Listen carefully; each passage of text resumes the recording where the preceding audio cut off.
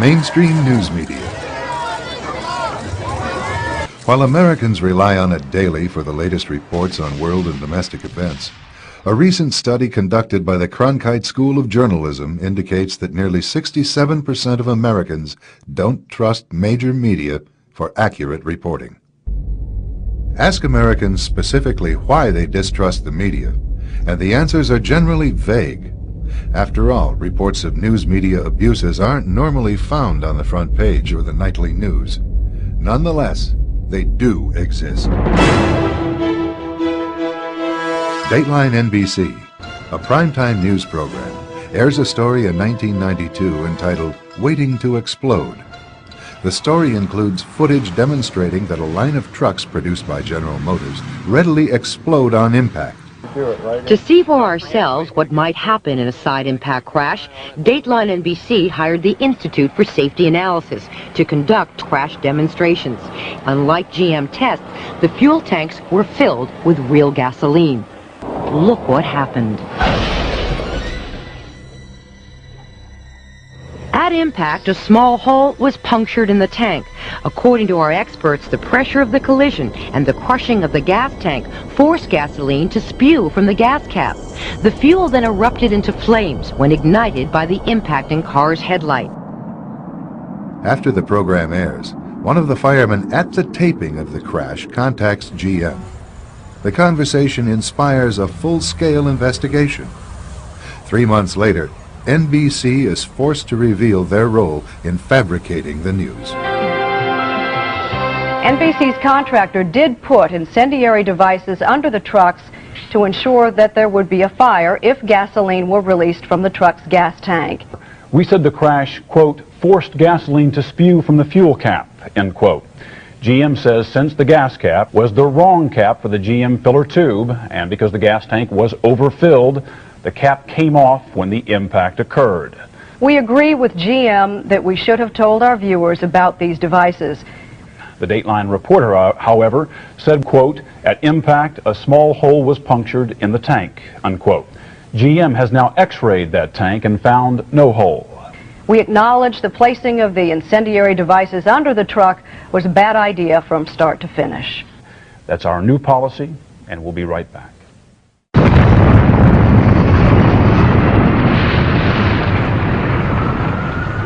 After the 1995 bombing of the Murrah Federal Building, information came to light that contradicted government claims disseminated through the mainstream media. One source was Carol Howe, a government informant. She revealed that federal agencies had prior knowledge of the terrorist plot and were ignoring several figures linked to the bombing. Roger Charles is a retired Marine colonel and former correspondent at ABC News. His news team interviewed Howe and obtained confirmation of her testimony. So here we had confirmation from a government representative in Denver with the McVeigh Prosecution Task Force saying, your facts are accurate. So we think we've got a slam dunk story. It will be a piece of cake to get it on air now because we have confirmation from a government spokeswoman that our facts are true. The story was ready to air on ABC Evening News, but to Charles' surprise, the story never ran. A few minutes later, a phone rang. Tom Gerald from ABC 2020 was on the phone to Thrasher saying the story had been killed for the evening. Didn't know why, but the decision in New York was not to run the story on Peter Jennings' nightly news that night. In order for the story to air, Charles reworked it following suggestions from New York. Well, the next morning, Don Thrasher gets a call from New York, and he gives me one of these. I couldn't believe it. I knew what the signal was. The story was not going to go again. In 1990, an age-old conflict in the Balkans erupted into civil war.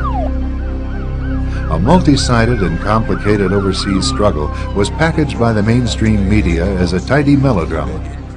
The predominantly Christian Serbs were cast as the villains. A key maneuver employed to demonize them involved a photo shoot. The news has always been used to stampede our reason with a perception and emotion. When you're talking about war, you get those heart-tugging appeals to pity in particular, and we've seen that again using images. Benjamin Works, president of the Strategic Issues Research Institute, is a military affairs analyst for Fox News and CNN. He recalls the emergency shelters set up by the Serbs to accommodate Bosnian refugees. I remember very vividly seeing tours by the camp commander showing the mess hall, showing food that, I wouldn't pay money for, but I'd gladly eat if it were free. And yet this was turned into a sensational story about concentration camps. And the propaganda twist on that came out of both the electronic media and the newspapers, and very glaring covers on Time magazine and such. Judgment, an independent expose, reveals how a British film crew photographed a Bosnian emergency shelter to look like a Nazi concentration camp. The film crew positioned themselves inside a barbed wire enclosure to shoot out at refugees, who were free to come and go as they pleased. The cameras zeroed in on a refugee whose emaciated appearance was the result of a birth defect. We found that all of these allegations of a concentration camp were really frauds perpetrated by the reporters, and in fact, at least one, Roy Gutman, won a Pulitzer Prize for this kind of fabrication. And the image that helped motivate American involvement in an overseas entanglement was a total fake.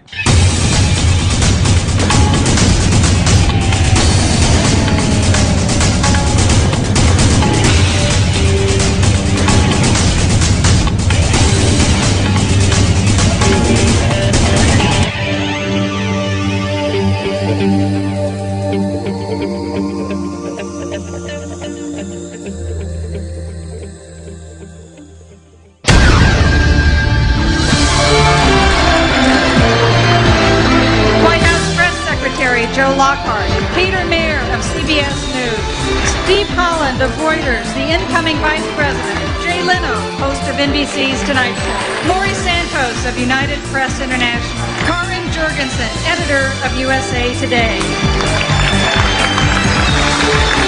Helen Thomas of UPI, Dean of the White House Press Corps.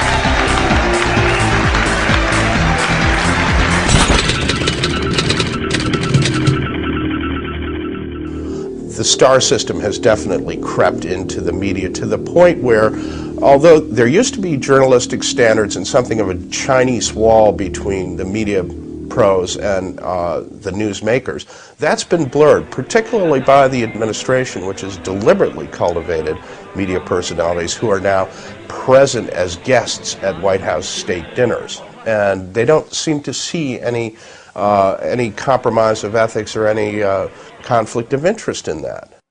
The executives, the editors in print media, the senior producers, executive producers in the visual media, these are the people that have the ideological bias, and what's probably almost as important, the personal friendships. They go to the same country clubs, they go to the same dinners, they socialize with a lot of the people that they cover. And yet this is where corruption sets into any system. When the censors and the monitors become friendly with the people they monitor, that's when standards fly out the window. Today, standards in mainstream news reporting have more to do with career enhancement than reporting the truth. Of course, to get ahead in a bureaucracy by giving the boss what he wants, that's how you get ahead. So again, that is indicative of why there's so much homogenization in the media. You know, if you wanted to look at a pyramid, and the first couple layers, the really eager, hard-working young journalists are out there trying to get the stories, trying to make a name so they can move up that pyramid. Well, the further they move up the pyramid, the more they realize that, the outlets really aren't interested in major news that rocks the boat.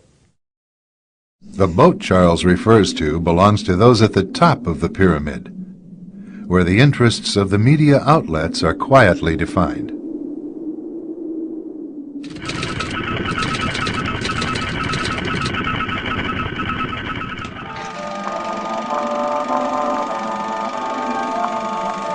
The year is 1917, and Representative Oscar Callaway enters a disturbing statement into the U.S. congressional record. The statement reveals why J.P. Morgan interests hired 12 high-ranking news managers. The 12 were asked to determine the most influential newspapers in America. They were to figure out how many news organizations it would take to control generally the policy of the daily press of the United States. The 12 found it was only necessary to purchase the control of 25 of the greatest papers. An agreement was reached. The policy of the papers was bought, and an editor was placed at each paper to ensure that all published information was in keeping with the new policy. Soon, that policy would be defined by a front group formed by J.P. Morgan and his colleagues. In fact, Morgan's personal attorney was founding president of the organization, the Council on Foreign Relations.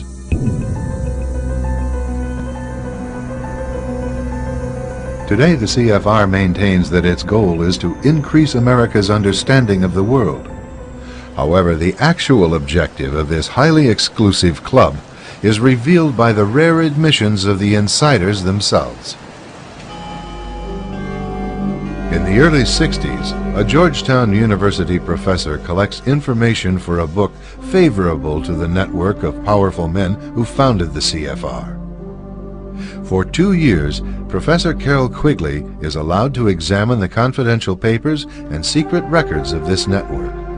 Quigley reveals that these men aim to create a world system of financial control in private hands, able to dominate the political system of each country and the economy of the world as a whole. In short, they seek total and quiet control of the entire world. And the CFR is their most visible conduit for carrying out that agenda. CFR members include America's wealthiest tycoons, as well as the highly placed elite in government, academic institutions, tax-exempt foundations, and the establishment media. Ruling Class Journalists, written by Richard Harwood, describes the CFR membership as the ruling establishment in the United States. The Washington Post article boasted that news reporters who are CFR members do not merely analyze and interpret foreign policy for the United States, they help make it.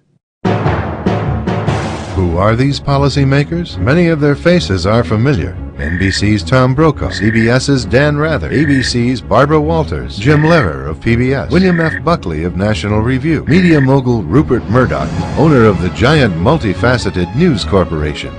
These media heavyweights, and many others like them, are members of the CFR.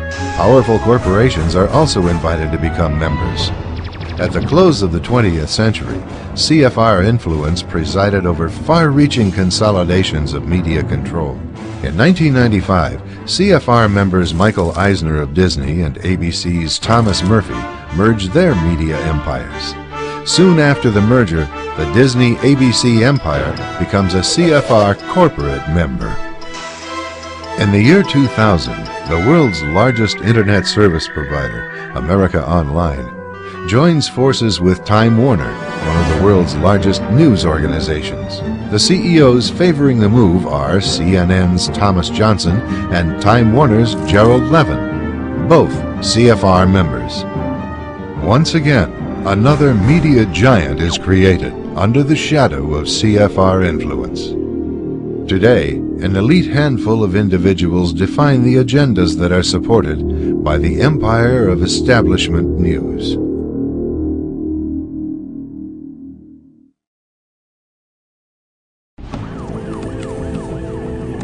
One of the CFR's strongest media allies is the New York Times. As a major outlet for the establishment viewpoint, the Times has achieved dominant influence over the reporting of national and international news. The Times is relied upon by many editors in the mainstream news media for direction on how to portray world events. In addition, The Times wire service retails the establishment line to subsidiary outlets such as broadcast news distributors and regional newspapers. Competition between these outlets rests primarily on the style of regurgitating the same message.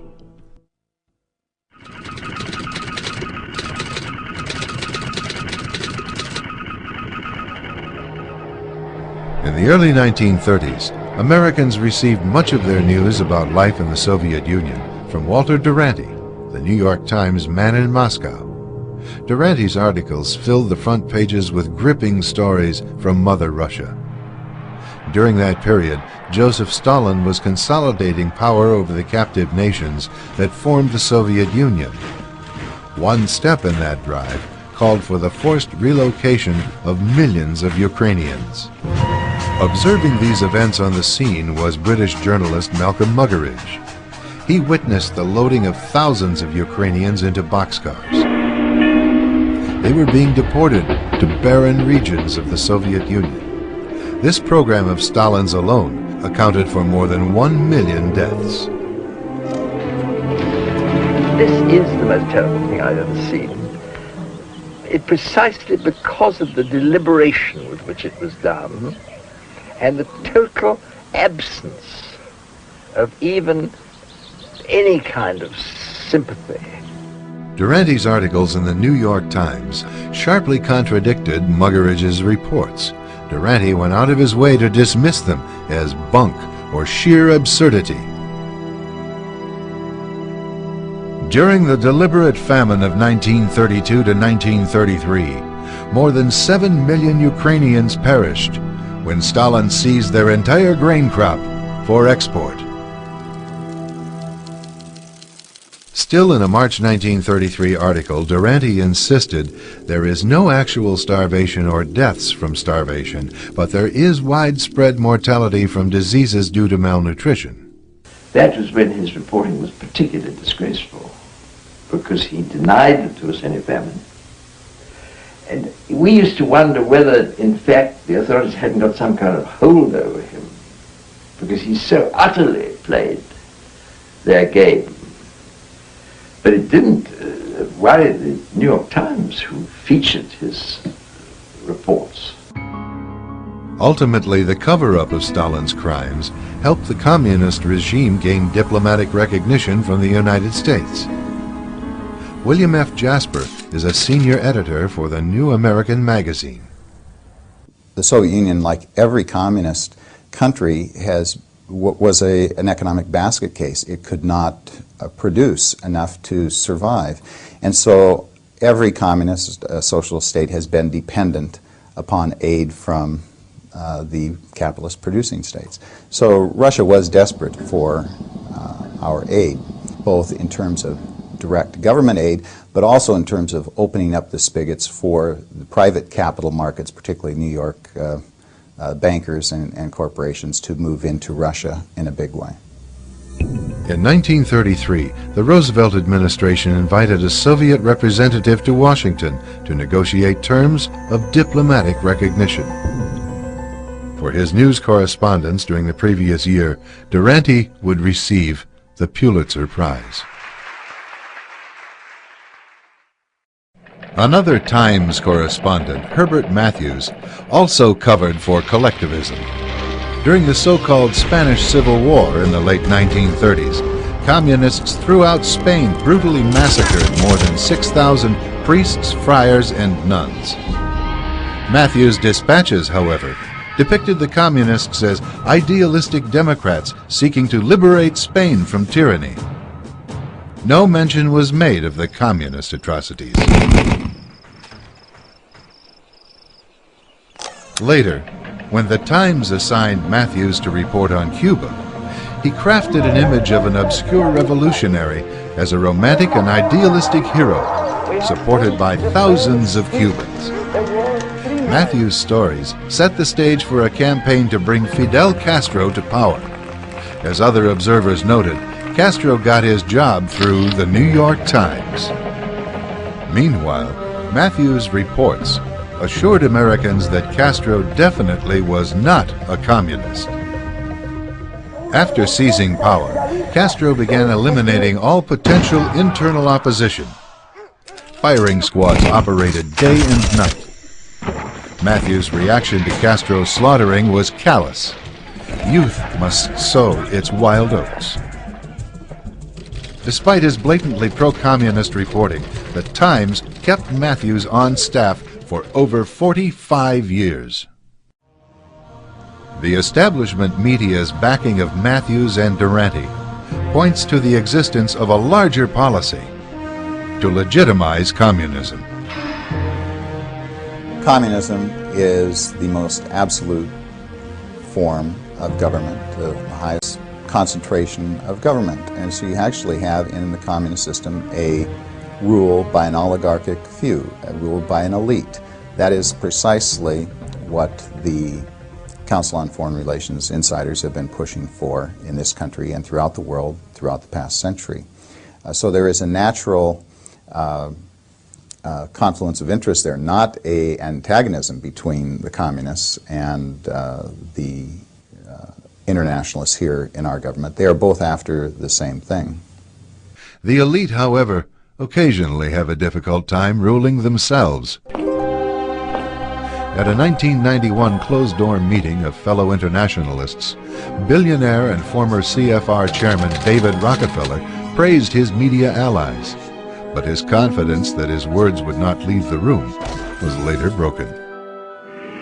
We are grateful to the Washington Post, the New York Times, Time Magazine, and other publications whose directors have attended our meetings and restricted their promises of discretion for almost 40 years. It would have been impossible for us to develop our plan for the world if we had been subject to the bright lights of publicity. But the world is now more sophisticated and prepared to march toward a world government. Redirecting the bright lights of publicity is not the media's only contribution toward such a plan. Up next, discover how support for world government is generated as we examine some of the biggest stories in recent decades. The disturbing truth begins behind the big news.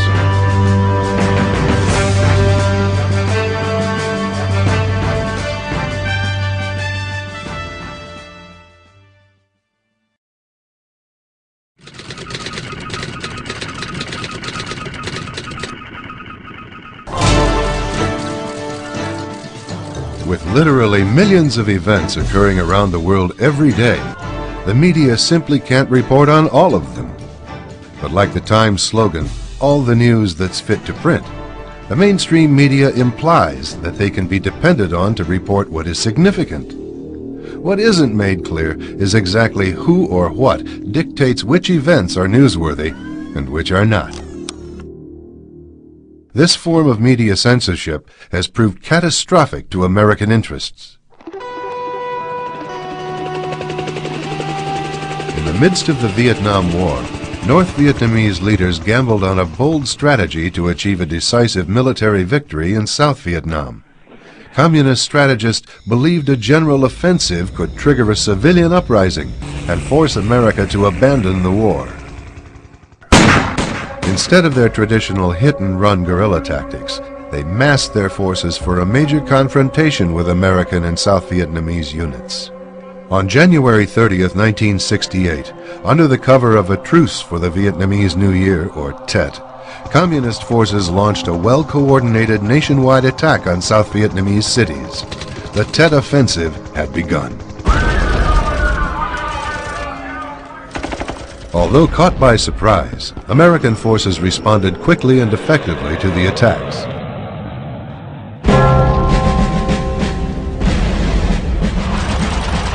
The main force Viet Cong were literally wiped out as a threat in South Vietnam. What was left of the communist forces from the north retreated across the borders. The Tet Offensive turned out to be a communist failure and a huge U.S. military victory. In America, however, media reports of the Tet Offensive communicated a much different message. The battle for Hue has taken an odd turn here. Americans were led to believe that the escalation in fighting proved that America, like the French, could not win in Vietnam. To say that we are closer to victory today is to believe, in the face of the evidence, the optimists who have been wrong in the past. To say that we are mired in stalemate seems the only realistic, if unsatisfactory, conclusion.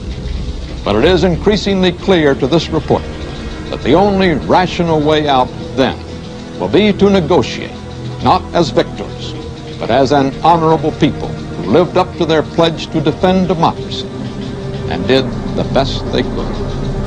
This is Walter Cronkite. Good night. Even retired President Lyndon Johnson expressed anger over the misleading reports. Immediately, the voices just came out of the holes in the wall and said, let's get out. And that's what Ho Chi Minh had been trying to do all the time, was to win in Washington what he had won in Paris. To win in this country, in the homes of this country, what he could not win from the men out there that represented us. Communist leader and Viet Cong former Minister of Justice, Trung Nhu Tang, later confirmed the U.S. media's critical role in determining the outcome of the war. After the Tet Offensive, what we lost on the military front, we won on the diplomatic and psychological fronts. Above all, on the fourth front, the mass media, the press, television. We have just had, I've been advised, some film in from the defense. Firstly, of sorts, the meltdown. Even after 3 decades, the performance of the American press hasn't changed much. In 1998, America's attention was focused on scandal in the Oval Office. Public concern over this new round of suspected Clinton wrongdoings finally pushed Congress to act. However, news coverage implied that purely mean-spirited partisanship motivated the proceedings. The great story here is this vast right-wing conspiracy that has been conspiring against my husband since the day he announced for president. Suddenly, for the first time since Richard Nixon, a United States president faced the strong possibility of impeachment. Yet only a handful of viewers would learn the actual reasons why.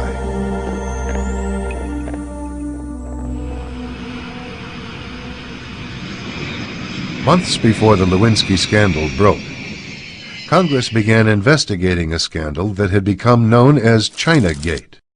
Evidence suggested that the Clinton administration had compromised U.S. security in order to finance its re-election campaign. The Communist government of China was eager to acquire sensitive U.S. military technology and economic concessions. Through international money laundering, China funneled contributions into U.S. election campaigns and obtained privileged access to top U.S. officials. The communist money trail led all the way up to the Oval Office. If these facts were widely publicized, Clinton would face impeachment on grounds of bribery, and perhaps even treason. But the media misdirected public attention. Americans were told over and over again in 1,000 different ways that the only real complaints against Clinton were that he lied about sex. Yet more than a dozen of Clinton's appointees, business associates, and close friends were convicted of felonies since he assumed office in 1993.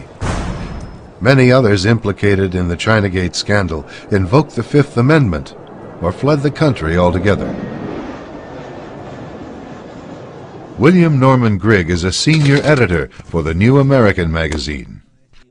If Bill Clinton had been forced out of office as a result of the Lewinsky scandal, the damage would have been limited to him.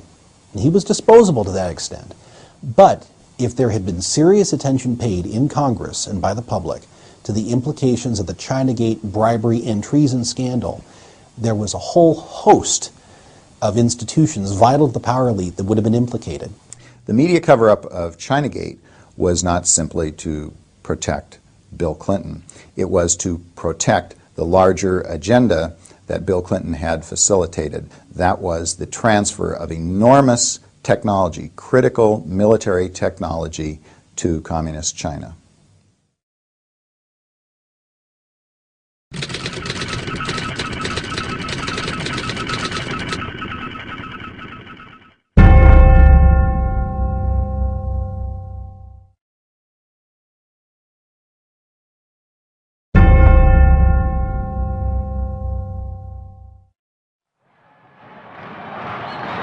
My name is Jimmy Carter, and I'm running for president. During the 1976 campaign for president, the establishment media gave preferential treatment to an unknown governor from a southern state. One of Jimmy Carter's favorite themes was that if he were elected, he would bring new faces and new ideas to Washington. He repeatedly told audiences that he was not beholden to the Washington and New York-based establishment that had been running things for so long. At a Boston rally, Carter said, "The people of this country know from bitter experience that we are not going to get these changes merely by shifting around the same group of insiders. The insiders have had their chance, and they have not delivered." After Carter was elected, however, he quickly forgot his promise of new faces and ideas. His administration was packed with individuals from the same crowd of insiders that had been running things for decades. For National Security Advisor, Carter selected Zbigniew Brzezinski, a board member of the CFR. Brzezinski inducted Carter into the establishment shortly before the media helped boost Carter's status to national prominence. President of the John Birch Society, John F. McManus. The Democrats are out, the Republicans are in, the Republicans are out, the Democrats are in, and the socialistic internationalist program, the pro-UN attitude, continues. The American people are the losers. They are not being given the proper alternatives. And it's the job of the media to do that kind of thing. We like to think, and people in the media like to think, that they're the ones that dig out the real issues and so forth. They don't.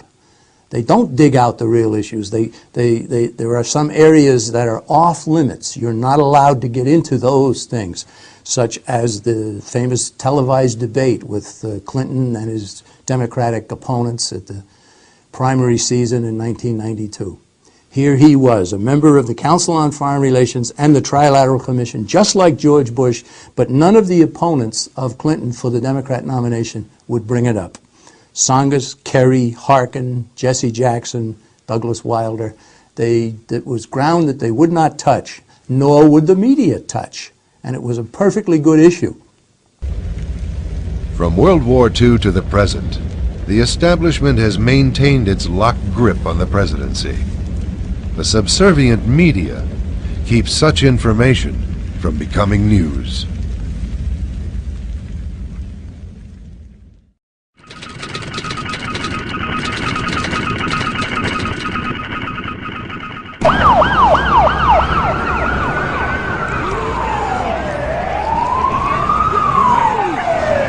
If it bleeds, it leads. This cynical saying, often regarding mainstream news, implies that violent or catastrophic reports are peddled as top stories. Rising water, and the two planes collide. Horrific or dramatic events alone create strong emotional responses. Add to that sweeping statements that stir public fear. The police can't stop it. Reports of war, nuclear threats, natural disasters, scandals, and murders often filled the daily news for reasons other than to inform. Preying upon fears viewers have concerning death and destruction is so frequently practiced by major news that most viewers are desensitized to the actual intent of the reports themselves. Good evening. There are new and dire predictions tonight about the future of our planet. Around the world, glaciers are in full retreat. Some, like the ancient ice cap on Mount Kilimanjaro in Africa, could be gone in a decade or two. It's a dramatic symptom of the warming of the Earth, detailed in a new 1,000-page United Nations report, Climate Change 2001. It predicts the new century will bring, and I quote, large-scale and possibly irreversible changes affecting every last person on Earth. Today's population has already set off an environmental spiral, depleting the world's forests and contributing to overfishing and overgrazing. soil is being eroded, which in turn is hurting crop production, leading to starvation. This is punishment, say scientists, for sins of the past, the end result of years of pollution, wildfires year-round in California. That 500-year flood that devastated Grand Forks, North Dakota, occurring every 5 years. Greenhouse gases that stay in the atmosphere 100 years after they're released. It is a doomsday scenario detailed in a report sponsored by the United Nations. Sweltering summers, rising sea levels, more droughts, more violent storms. Global warming is real, the new report declares, and humans are helping to cause it. By creating a crisis or a perception of crisis, you accomplish several things. First of all, people in a crisis do not think rationally. People in a crisis look around and say, geez, we have to do something. Something is upon us. And so in a panic atmosphere, crisis atmosphere, people are willing to accept more stringent controls. No matter what the current news-hyped crises may be, the proposed solution by mainstream news remains consistent. Global warming is real, and it's something that needs to be taken into account very seriously in policy decisions. And the emissions are a policy question.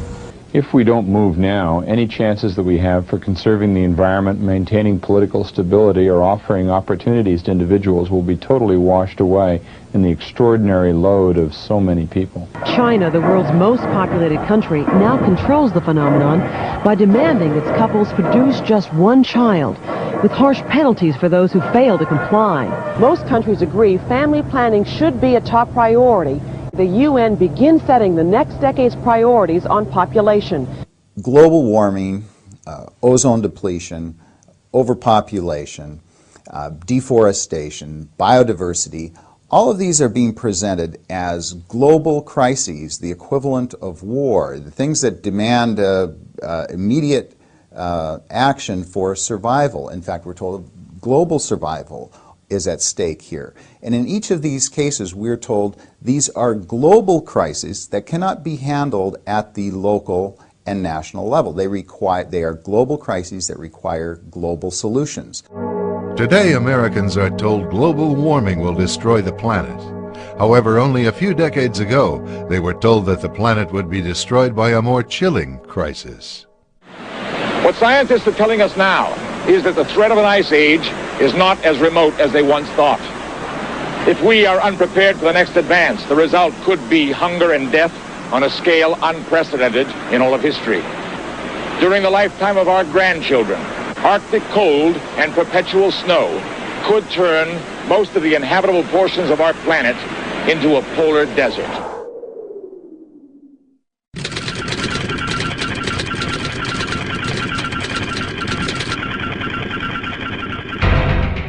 Just as global crises are trumpeted as reasons to centralize government power, the media also manipulates local events to serve that goal as well.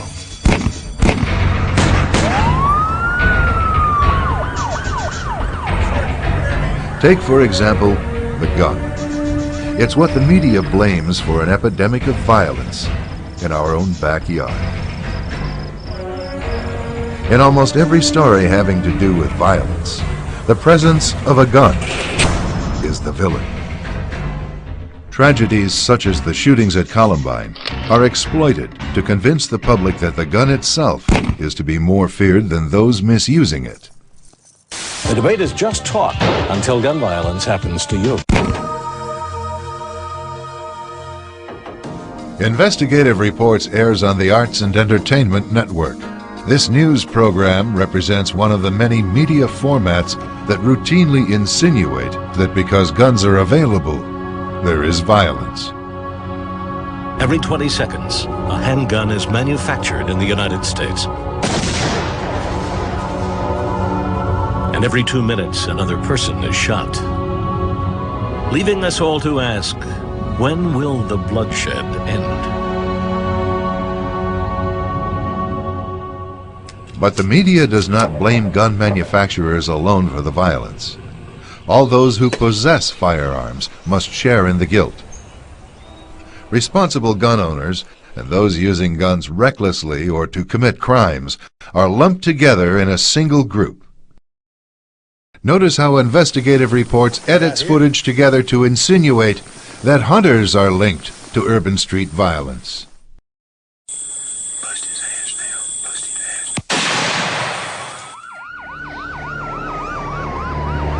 There is a war on the streets that is killing our children.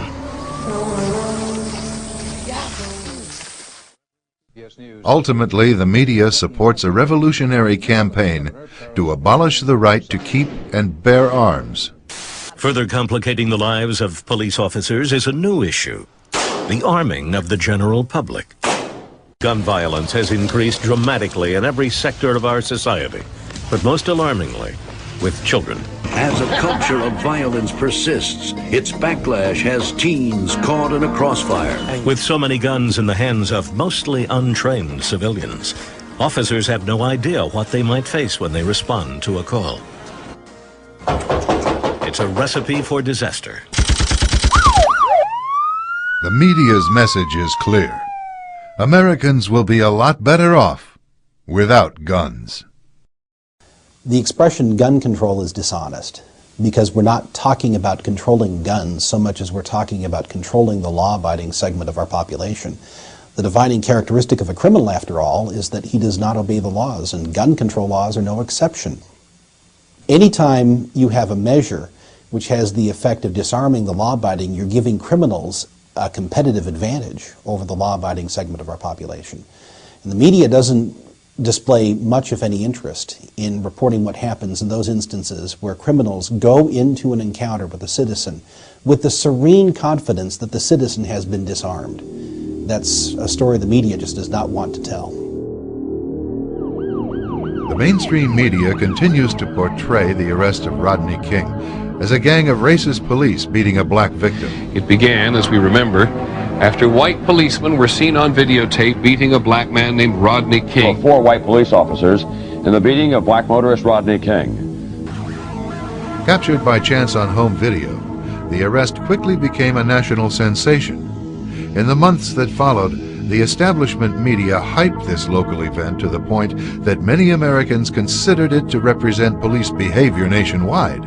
This could be any one of 20 major cities or more in the country. It's a time bomb that's ticking under the foundations of America's major cities and under our country itself. To curb police brutality across the nation. The verdict of not guilty for King's arresting officers served as the match that lit the fuse.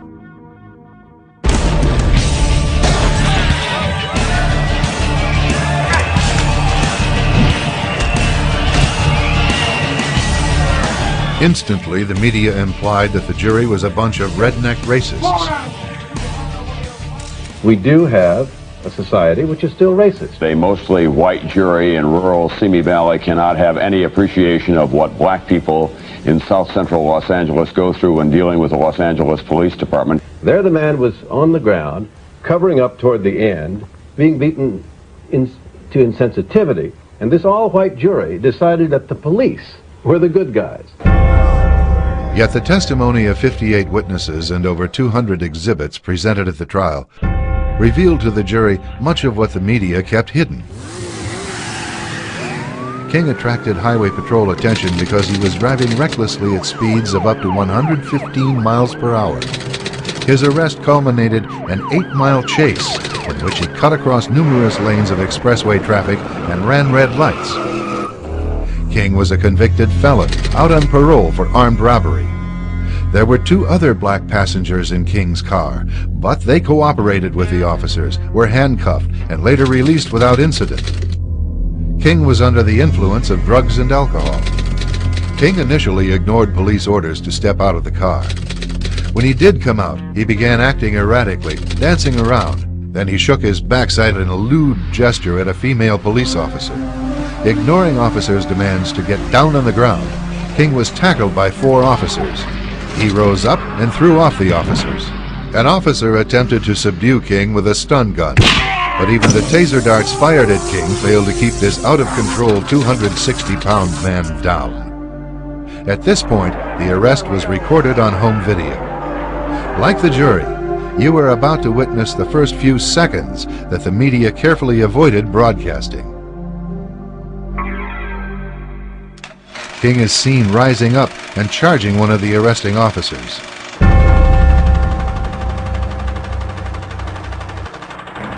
The response of the officers is history.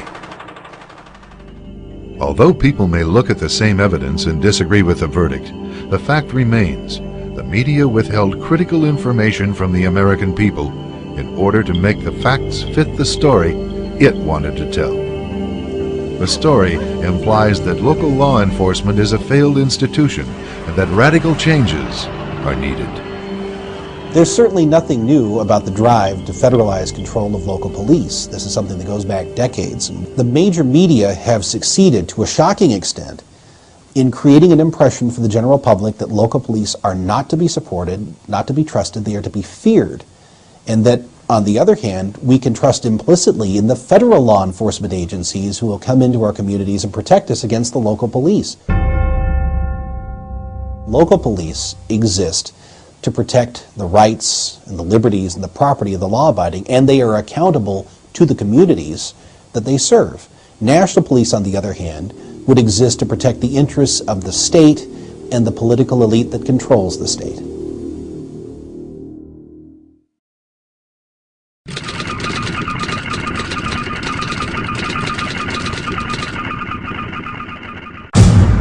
The age-old tactics of revolutionaries is to orchestrate the illusion of popular support for their agendas. Media cooperation is essential to give life to the illusion. We have had don't be fooled by the smoke and mirrors they use. The gun lobby is strong, they are organized, and they are scary. Enough of their tactics. Us buying votes with blood money. Marketed as the Million Mom March, a publicity stunt created by gun disarmament advocates takes shape at the nation's capital. Women and their families will push for gun safety in what they call the Million Mom March. Weeks before the march actually took place, the media reports served as invitations for support and participation in the anti-gun agenda. Dan, this Mom's March is going to bring enormous pressure on Congress. Now to the emotional issue of gun control in the United States. The nation's capital is preparing for a demonstration against gun violence. Organizing the ostensibly spontaneous march was Donna Dees Thomas's. Americans were told that Dees Thomas's was a mere suburban housewife and political novice who was shocked into action after watching the televised aftermath of a shooting at a daycare center. This portrayal of her background was repeated uniformly throughout the establishment media. Women to watch: a suburban mother whose life has been changed by the gun debate, how she became a political activist, where that's led. It's a surprise to her friends and even to her. Here's NBC's Lisa Myers. Donna Dees Thomas is a suburban mom, too busy with her 2 daughters and a part-time job to pay much attention to politics. Describes herself as apathetic. No one ever turns out for rallies about gun control. That's what you were told? That's what I was told. Undaunted, she decided to set up the march herself. What's the biggest thing you've ever organized before? A carpool. In reality, Dees Thomas's is a political veteran, a former congressional staffer and publicist for the CBS News. She is a shrewd, well-connected player for the media elite. Despite the prolonged, heavily financed and national anti-gun effort, the Million Mom March fell far short of its name. However, the low attendance didn't stop the media from promoting the illusion of a nationwide demand for more gun laws. The media are trying to create the illusion that there is this massive outpouring of public support for disarming civilians in this country in the name of public safety, but this is an illusion. It's a carefully cultivated illusion, and it's intended to advance an agenda supported and promoted by the elite that controls the media, and that elite is trying to create a world government. In order to do so, it would be necessary, first of all, to disarm the targeted population that would be subject to that government.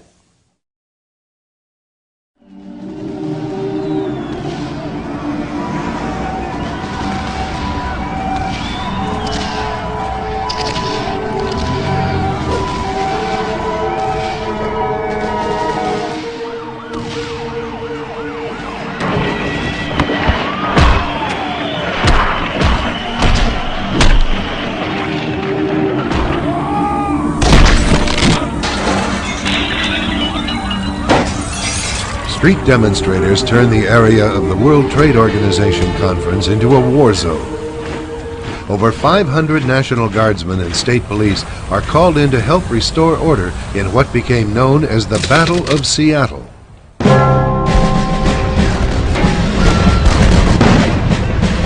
The major media focused on the chaos and the mob's demands. Let them go! Yet they carefully avoided raising the issue as to how the groups on the street were organized and funded, or whether their leaders might have a hidden agenda. Instead, the media portrays such demonstrations as natural outpourings of genuine grassroots concern. We're just normal people who are tired of the exploitation of multinational corporations. Again, for those who orchestrate these events, it's the illusion that counts. The familiar media melodrama of the anti-globalization movement that we have seen at Seattle and some of the other protest venues is really a classic example of bracketing an issue with false alternatives, because we're told that these are people who oppose the global agenda. After all, they're called anti-globalization activists. Well, what is it that they oppose? They don't oppose global government. They believe that there is too much free market capitalism in the world, and that government at a global level has to be more assertive in imposing controls over the free exchange of goods and services. But you see that both of these sides are really calling for empowering the United Nations. The media further stage manages the illusion of conflict by promoting those designated as the official opposition. I'm going to focus on what the other side says and then what you say back. The media-appointed spokesperson for the anti-WTO forces is Lori Wallach. She heads up Global Trade Watch. Ignored by the media is the fact that Wallach's organization receives funding from the Ford Foundation, which is closely tied to the CFR. The friendly relationship between Wallach and the CFR agenda was made clear in Foreign Policy magazine, a major conduit for CFR thinking. This issue signals media leaders that Lori Wallach should be represented as an expert on trade issues. By ensuring that only false opposition is offered to its revolutionary agenda, the CFR internationalists can't lose.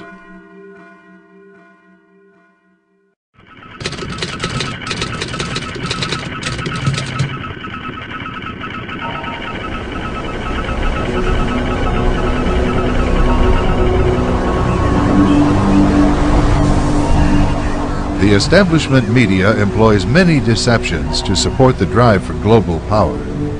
These deceptions go far beyond altering or omitting a few facts.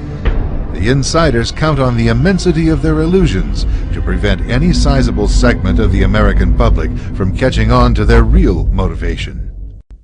CEO of the John Birch Society, G. Vance Smith. A basic objective of the insiders, and has been from the beginning, has been to break the will to resist, to convince through their propaganda that there's no hope, that it's inevitable, that moving towards a one-world government, a one-world court system, a one-world military, a one-world currency, all of that is just inevitable. And they present it in a way that, again, convinces, they try to convince that the momentum is so great that it cannot be stopped. But more than once, the insiders' momentum has been stopped. As Clinton began his second term, he chose veteran CFR member W. Anthony Lake for the highly sensitive post of Director of the CIA. But Senate approval would be required first. The establishment news quickly filled its editorial pages with glowing endorsements from fellow CFR members. But many issues in Lake's background should have raised doubts about his suitability for the top intelligence post. Of greatest concern was Lake's long history of associations with groups hostile to American national security.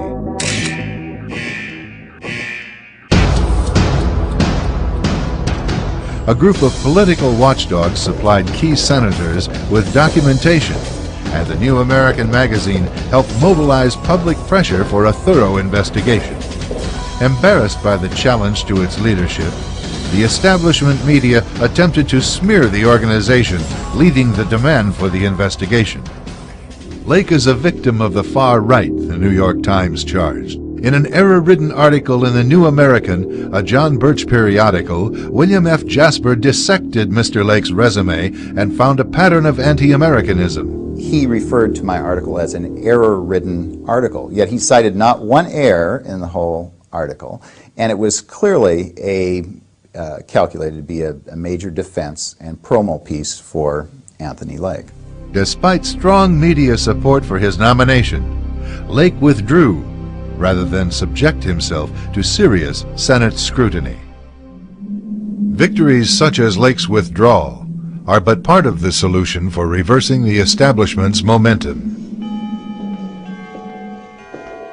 To escape ongoing media deceptions, the public must first have a source of regular, reliable information. Many concerned Americans look to the New American. The magazine has a reputation for calling the shots years and sometimes decades ahead of mainstream media. Case in point, author William F. Jasper examines Osama bin Laden 3 years before the attack on the Pentagon and the World Trade Center. Jasper's report exposes the cover-up that prevents America from winning the war on terrorism. The New American reveals how Washington policymakers had earlier helped build Saddam Hussein's war machine and are using the monster they created as a pretext to build UN power. Newsweek covered some of this ground, although not until 10 years later. To know what's going on isn't going to help a darn bit unless we do something with what we know. And again, an individual, even well-informed, can't stop this thing by himself. So the purpose of our educational efforts is to get thousands and tens of thousands of individuals informed so that they can link arms and they can collectively have a voice that will resonate even as great as the billions of dollars resonate through the media. Truth will penetrate all of that.